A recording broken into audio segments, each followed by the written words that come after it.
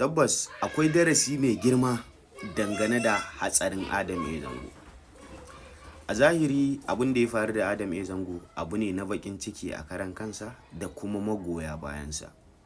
Sai dai wannan hatsari ya sa Adam A Zango ya samu jituwa da mutanen da suka daɗe ba sa magana da shi. A zahirin gaskiya wannan hoton ya nuna min ƙarara da Adam A Zango da Lilinbaba da Ummi Rahab dama abin na damun su a rai na rashin jituwa ko rashin magana a junansu.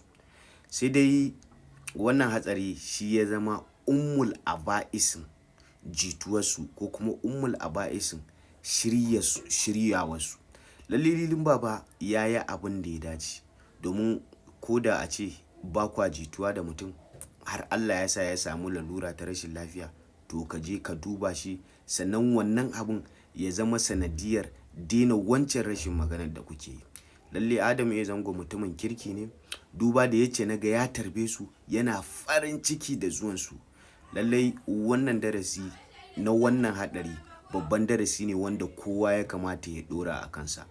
Da Allah ya ƙaddara cewar wannan hatsari ya yi sanadiyar rasuwar Adam A Zango, da Lilinbaba da Ummi Rahab ba za su taɓa gafarta wa kansu ba. Tabbas za su zama su ne mutane na farko wanda wannan rasuwar za ta gigita su, wanda za su fita hayyacinsu su daɗe suna tunawa. Jama'a, mu sada zumunta da 'yan uwanmu, mu manta da gaba da koma waye. Mu manta da gaba da koma waye. Allah Ubangiji ya tashi kafaɗin Adam A Zango, Allah Ubangiji ya ba shi lafiya, Allah ya samu dace.